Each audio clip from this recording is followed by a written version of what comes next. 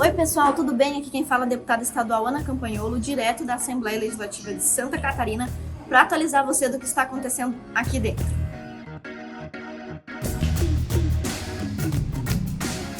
Pessoal, nós trouxemos aqui para a Assembleia Legislativa, novamente, mais uma denúncia de doutrinação, de aparelhamento das nossas instituições educacionais, do ambiente que deveria ser para estudo, mas que tem sido fortemente aparelhado com funções ideológicas, com estratégias político-partidárias. É o caso de um curso de extensão que está sendo divulgado desde junho na Universidade Federal de Santa Catarina e é sobre isso que eu vou falar na tribuna hoje, então vem comigo.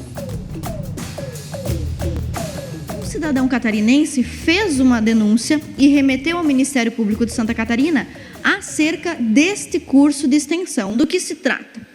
É um curso de extensão com esse título aí que os senhores estão vendo, Reforma Agrária Popular, Agroecologia e Educação do Campo, Alimentação e Educação no Enfrentamento ao Agronegócio e à Pandemia. Como bem pontuado pelo deputado Lima, que me antecedeu, realmente estão comparando pandemia e agronegócio, como se fossem duas pragas. Mas, enfim, este conteúdo ficou à disposição na internet para as pessoas se inscreverem até o final do mês de junho, espero que não tenha tido muitos inscritos, mas, de qualquer forma, chamou a atenção de entidades em todo o Brasil. É o caso da Associação Nacional de Defesa dos Agricultores, Pecuaristas e Produtores da Terra, mais conhecido como Andaterra, e tem um grande amigo na diretoria da Andaterra, que é o Dr. Jefferson Rocha.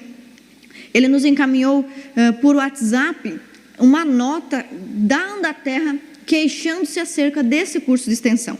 E olha o que nos diz essa nota. É com grande indignação que nós, produtores rurais, vemos o dinheiro público, o qual é em boa parte arrecadado com impostos pagos pelos produtores rurais, sendo gasto em tais iniciativas nocivas, que visam atacar os princípios universais da economia de mercado e formar quadros para grupos de extrema esquerda. Importante essa pontuação aqui do Andaterra. A universidade é uma instituição que deve usar o dinheiro público para o bem público e não para o benefício de certos grupos políticos e ideológicos radicais. A universidade deve promover a cultura, a formação profissional e intelectual e o avanço da ciência, e não a divulgação de ideologias políticas radicais que são abertamente danosas. E a nota da Andaterra continua, mas por que esta associação está nos falando sobre ideologias políticas radicais e danosas? E como eles ousam dizer que esta ideologia por trás desse curso de extensão é certamente nociva para o bem público? Antes de eu continuar falando sobre esse curso de extensão, vamos dar uma pausa para uma breve análise histórica desta afirmação da Andaterra. Muitos movimentos de extrema esquerda ao longo do último século mostraram por que este comportamento defendido por esse curso de extensão, esse modelo ideológico é nocivo para países inteiros. Aliás, poderíamos dizer que é nocivo para um hemisfério inteiro, para o Ocidente, para o Oriente, onde quer que passe é avassalador. Vocês estão vendo agora uma imagem da China, do Camboja, da Ucrânia e da Venezuela. Por que essas imagens estão na tela? Veja bem.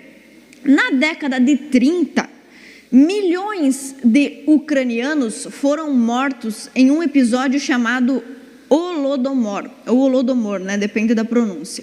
Esse episódio foi orquestrado por organizações comunistas, mais especificamente pela União Soviética, e propositadamente matou de 5 a 14 milhões de pessoas de fome.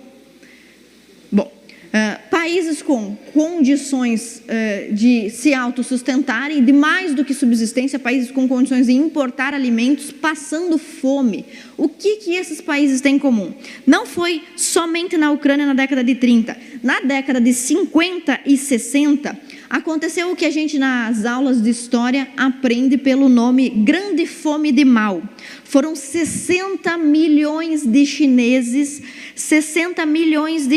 morrendo de fome sob a gestão do PCC. O PCC não é uma facção criminosa aqui do Brasil, não, é o Partido Comunista Chinês. Então, sobre o ordenamento deles, na China, 60 milhões de chineses morreram de fome. Vamos adiante. Na década de 70, o Khmer Vermelho também tomou conta de outro país, o Camboja. Então, o Camboja foi, durante muito tempo, administrado pelo Partido Comunista do Camboja. E o que aconteceu durante esse período? 20% da população do Camboja morreu de fome. Ah, mas você está falando, a deputada sempre com um negócio de história, coisa que aconteceu muito tempo atrás, fantasmas históricos que não tem nada a ver com a nossa vida hoje. Tem dado de hoje também. A Venezuela é um caso exemplar. Até a década de 70, o país da Venezuela estava entre os 20 mais ricos do mundo. Hoje, você vê venezuelano fugindo da Venezuela para não passar fome, dada a situação em que se encontram esses países quando eles são regidos pelo pensamento comunista. O deputado Lima já falou anteriormente sobre alguns dados importantes sobre o agronegócio no Brasil. Realmente, o Brasil é um grande produtor, é o terceiro maior exportador de carne do mundo. No Brasil, o PIB totalizou no ano passado 7,45 trilhões, e desse valor, 2 trilhões vieram do agronegócio, é 26% do nosso PIB. Em Santa Catarina, é mais ainda. Aqui em Santa Catarina, o PIB estadual é representado em 31% pelo agronegócio. O deputado anterior já mencionou com muita precisão, Santa Catarina é o primeiro produtor de carne suína do Brasil, além de cebola, ostras, vieiras, mexilhões. Eu só comi vieira depois que eu me tornei deputada, não sabia nem o que era antes. E Santa Catarina é um estado produtor de destaque. Então, o agronegócio é fundamental para o nosso estado. E eu venho mostrar para os senhores como essas estratégias desse curso de extensão, essa estratégia do pessoal de esquerda, não é novidade. Olha aí, vocês estão vendo um exemplo de um convênio que foi adotado pelo governo da Venezuela, que hoje está quebrado, passando fome, um país de miseráveis, infelizmente. Um convênio do governo venezuelano com o nosso MST, o mesmo MST que está na capa do flyer da UFSC. Neste livro aqui, Momento de Decisão, nós temos estudos, diversos de especialistas que mostram um programa, um modelo do Clube de Roma para desindustrializar países que representam perigo para grandes capitais, para capital estrangeiro. Além deste livro aqui, nós temos outros 3, existem dezenas, tá? Mas eu estou trazendo aqui só alguns para os senhores terem certeza de que essas informações não foram tiradas da cabeça da deputada, tá? Máfia Verde, o ambientalismo a serviço do governo mundial. Psicose ambientalista, que inclusive foi escrito por um membro da família real, da família imperial brasileira. E o Império Ecológico, de um pesquisador internacional sobre essas estratégias de redução da industrialização, de sufocamento do agronegócio. A quem interessam, afinal de contas, estas investidas?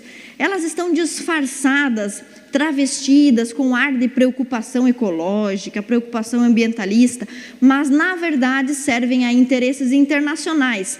E tanto é assim que até mesmo a Folha de São Paulo, que na minha opinião é um jornal de confiabilidade quase nula, já trouxe pesquisas relacionando o MST a dinheiro, recurso de governos internacionais de outros países, recurso exterior e também instituições, associações internacionais preocupadas com o crescimento do nosso agronegócio. Então, em 2009, uma investigação mostrou que 4 entidades do MST haviam recebido 20 milhões de reais do exterior entre 2003 e 2007. Foram 43 milhões de reais entre 2003 e 2007. O MST também recebeu doações de organizações alemãs, canadenses, britânicas, americanas, suecas e italianas.